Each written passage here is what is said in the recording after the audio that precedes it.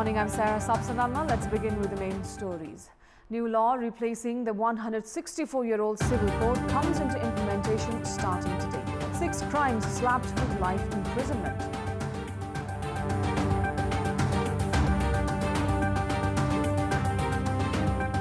Council of Ministers continue to distribute funds in the name of medical treatment. State coffers abused by avoiding mechanism.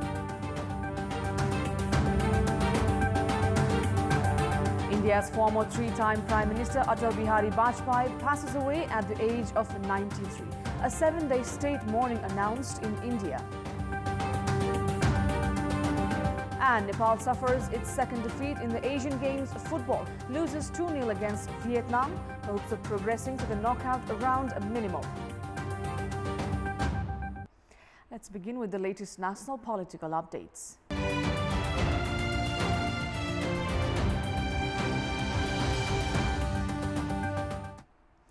The first resort of victims of criminal offence is to approach the police for justice. However, based on the provisions of the Civil Code Act, which comes into implementation from today, many criminal activities might not reach the police department.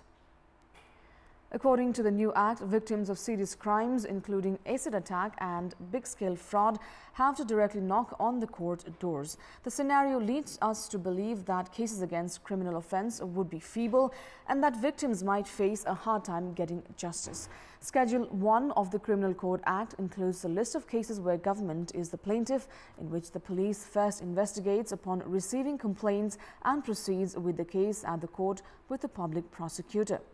Cases for a few serious crimes have been included in Schedule 4, where the police will not be involved directly. In criminal acts of such nature, victims should directly reach the court to file a complaint.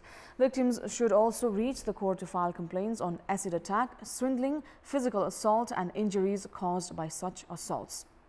Victims are likely to face complications in receiving justice in the incidents that were earlier investigated by the police. The police department has, meanwhile, demanded for an amendment in the new provision, citing it would create difficulties in its operations. In cases of swindling, acid attack and physical assault, the police have to protect evidences,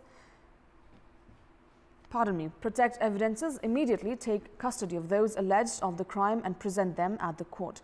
With the process now being taken out of the jurisdiction of the police, the security department is of the opinion that such cases may turn weak, with the victims possibly being deprived of justice. Facts of criminal activities can be identified following police investigation, which aids in taking action against those guilty and providing justice to the victims. In the new scenario, it is imperative for the lawmakers to consider the possibilities of criminals running scot-free. Likewise, the new Civil Code Act, formulated to replace the Civil Code promulgated 164 years ago during Prime Minister Janga Bahadur Rana's regime, will come into effect from today onwards.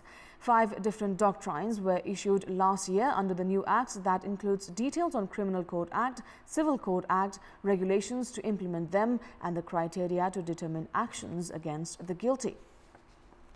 The previous Civil Code formulated by the first Rana Prime Minister Janga Bahadur Rana did not have a provision for life imprisonment.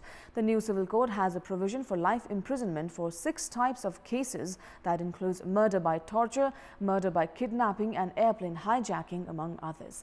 The term for life imprisonment has been extended by 5 years to make it 25 years. Likewise, the new law has declared cases of disappearances as a crime as well. However, under the Criminal Code, the guilty can choose to do community service to make up for their prison time or penalty. Likewise, national players involved in match-fixing scandals will face imprisonment for 5 years with a penalty of 50,000 rupees.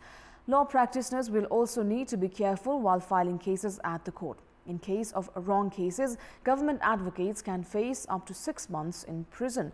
Likewise, anybody found forcing people to change religion will be imprisoned for 5 years and will need to pay a penalty of 50,000 rupees.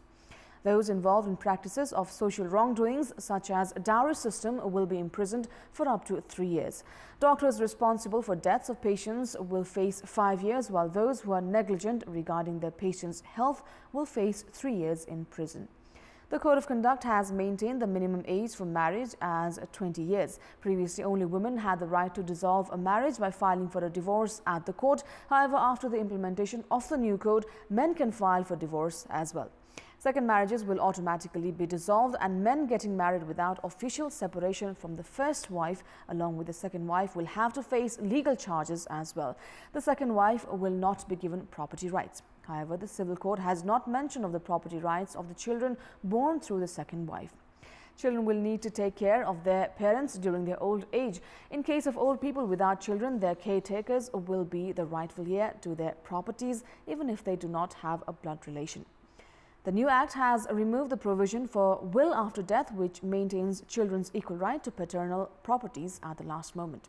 For the lack of such provisions, among others, experts have opined complications in the implementation of the new Act. And time now for a short break. For more news, to stay with us.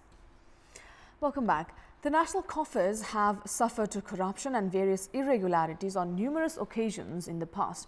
Among one of the ways in which the political leaders have abused the state coffers is by travelling abroad to get expensive medical treatments, misusing the government's medical provision for special dignitaries. The latest of such international visit for medical checkup was made by the president of the main opposition Nepali Congress, Sherbadu Dewa. This trend has not just added unnecessary burden to the nation, but has made a mockery of the government's regulations as well.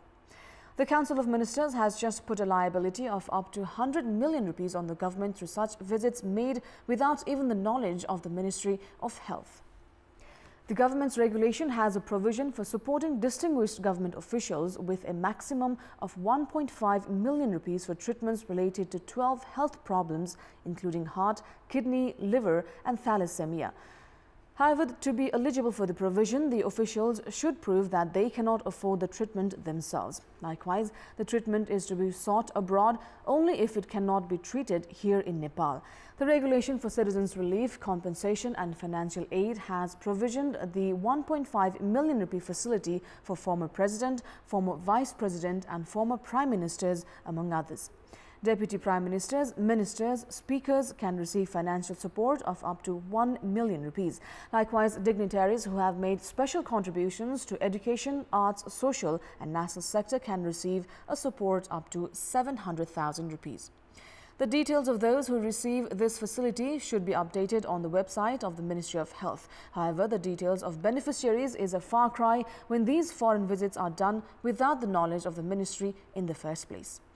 After repeated abuse of the state coffers at the hands of those having access to power, a regulation was formed 7 years ago. Based on the regulation, applicants needed to present recommendations from the finance and health ministries at the cabinet to be eligible for the medical support. However, the regulation has not been enough to alleviate the situation.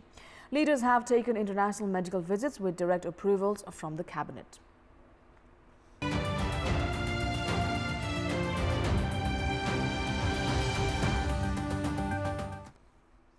Nepal is to host the 4th summit of the Bay of Bengal Multisectoral Technical and Economic Cooperation BIMSTEC.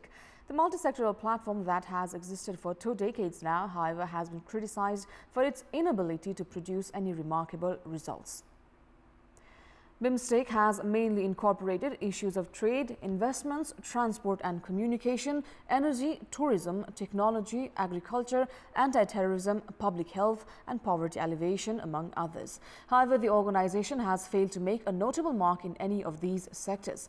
Meanwhile, in SAARC nations like India and Pakistan, BIMSTEC has been slowly transforming into an alternate sectoral association in recent years. This has been largely attributed to the dispute between the two nations. There are also doubts that the organization is turning into a playground for nations to show off their political prowess. Infrastructure development, poverty alleviation, free trade between BIMSTEC nations, tourism promotion, anti-terrorism and disaster mitigation are common goals of BIMSTEC members. It is deemed high time for the organization to choose its priority and produce notable results in order to avoid the fate of other regional corporations like SAARC. It's now time for our segment Public Pulse, where you text us with your opinion. Public Pulse. And your question is, why have the provisions of the new State Act engulfed in controversy? Your options are A. Inadequate preparation and B. Failure to inform stakeholders. The voting for that question is on. Type NEWS, select your option A or B and send it to 34001 to share your opinion with us. Now, shortage of petroleum products is reported in Sankhwa Sabha with the onset of the monsoon season every year. Vehicles fail to ply the roads in the district due to the sorry condition caused by the rain, leading to the shortage of fuel products, which has now persisted for over a month in the district.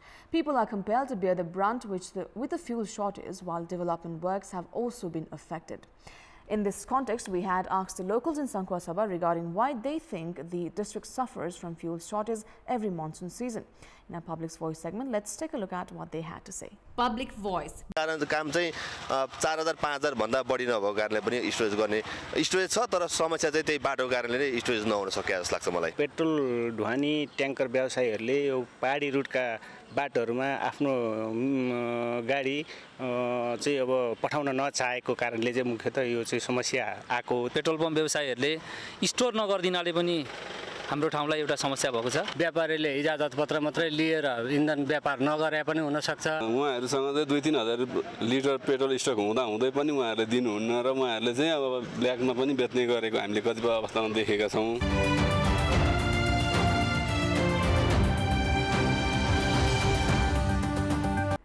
Now, before we wrap up, here's a look at the top stories once again. New law replacing the 164-year-old civil code comes into implementation starting today. 6 crimes slapped with life imprisonment.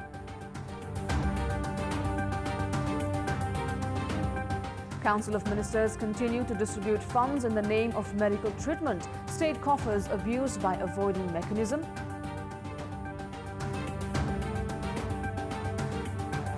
India's former 3-time Prime Minister Atal Bihari Vajpayee passes away at the age of 93. A 7-day state mourning announced in India. And Nepal suffers its second defeat in Asian Games football, loses 2-0 against Vietnam, hopes of progressing to the knockout round minimal. That's all for the moment. Our next English bulletin will air at 11 this morning. Keep watching Kantipur TV HD for more news and entertainment. Have a great day ahead.